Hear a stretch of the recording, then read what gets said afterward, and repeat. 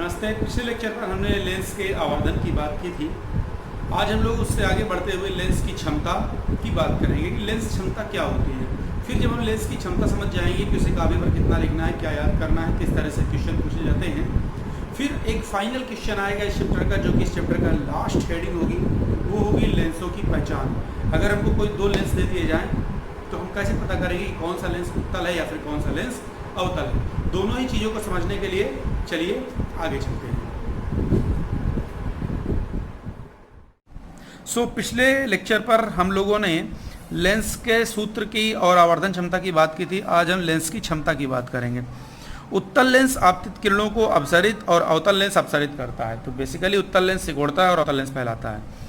किसी लेंस के द्वारा प्रकाश किरणों को मोड़ने की जो क्षमता होती है वो लेंस की क्षमता कहलाती है। ये एकदम सरल वे में परिभाषा जो मैंने बताई। लेंस की क्षमता उसकी फोकस दूरी के व्युत्क्रम के बराबर होती है। फोकस दूरी ज़्यादा होगी, क्षमता कम होगी, फोकस दूरी कम होगी, क्षमता ज़्यादा होगी।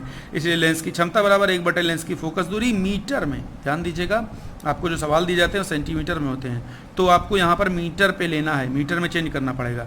P बराबर 1/f, इसका मात्रक डायोप्टर होता है।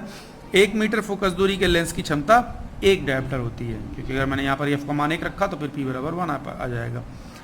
अगर फोकस दूरी सेंटीमीटर में है तो फिर f/100 होगा और 100 ऊपर जाके P बराबर 100/f आ जाएगा। ध्यान देना, यहाँ पर f सेंटीमीटर में है। उत्तल लेंस की फोकस दूरी धनात्मक होती है, इसलिए P का मान धन आएगा। अवतल लेंस की फोकस दूरी ऋणात्मक होती है, इसलिए P का मान ऋण आएगा।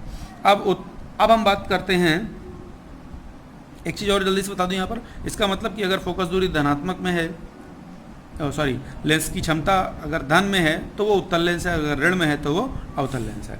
अब बात करते हैं जल्दी से उत्तल और अवतल लेंस की प्लेटों की पहचान प्रतिबिंब देखकर। उत्तल लेंस अवतल लेंस कांच की पट्टी पर ऊपर उठाने से यदि अक्षरों का आकार बढ़ता दिखाई दे तो वो लेंस उत्तल होगा, यदि आकार छोटा दिखाई दे तो वो अवतल होगा, और यदि आकार में कोई चेंजेस ना हो तो फिर वो कांच की वृत्ताकार पट्टिका होगी।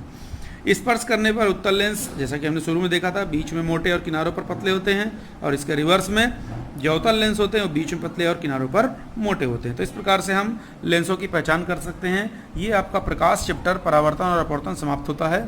आगे हम इस पर कुछ न्यूमेरिकल्स पर भी चर्चा करेंगे।